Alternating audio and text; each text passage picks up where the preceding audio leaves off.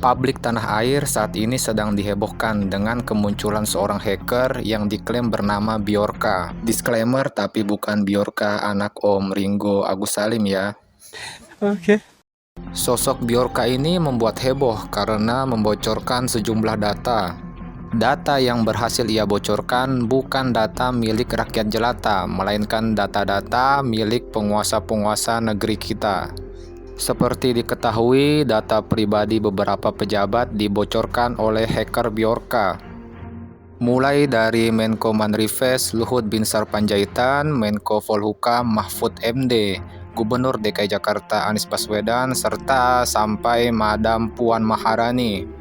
Pemerintah cukup geram dan resah dengan aksi dari hacker Bjorka, hingga menerjunkan tim khusus dari polisi untuk mencari tahu keberadaan daripada Bjorka ini.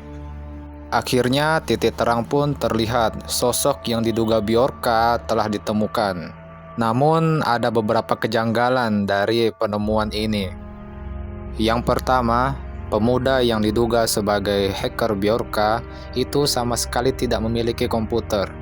Seperti yang kita ketahui bahwasannya komputer itu sendiri adalah sebagai alat vital untuk melakukan teknik hacker dan proses-proses pencurian data lainnya. Yang kedua, pemuda asal Madiun ini ternyata hanya memiliki skill mengedit yang sangat dasar, serta tidak begitu lihai dalam pengoperasian komputer. Terakhir, yang ketiga, fakta yang paling mencengangkan dan sangat menghebohkan, ternyata keseharian dari pemuda asal Madiun ini ialah sebagai penjual es. Mungkinkah sebagai penjual es, beliau menjual es juga membawa PC, komputer, dan lain sebagainya untuk melakukan proses hacker?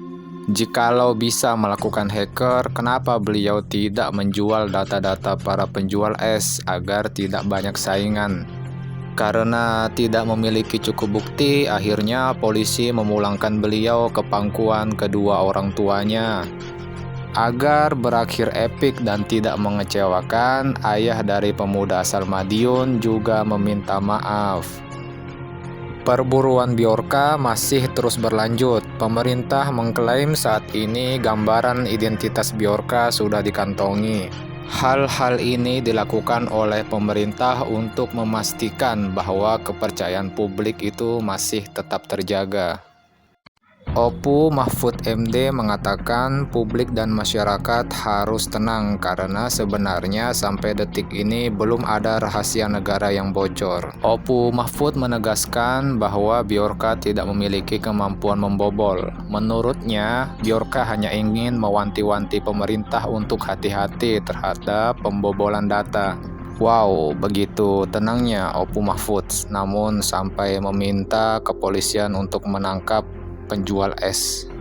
Motif yang dilakukan Bjorka ini sepertinya gado-gado. Ada motif politik, motif ekonomi, motif jual beli, dan sebagainya. Motif-motif yang sedemikian itu sudah sangat lumrah terjadi. Yang tidak lumrah dan sangat jarang terjadi atau anti mainstream itu ialah ketika BBM naik, bahan-bahan pokok naik, serta merayakan ulang tahun di parlemen. Aduh.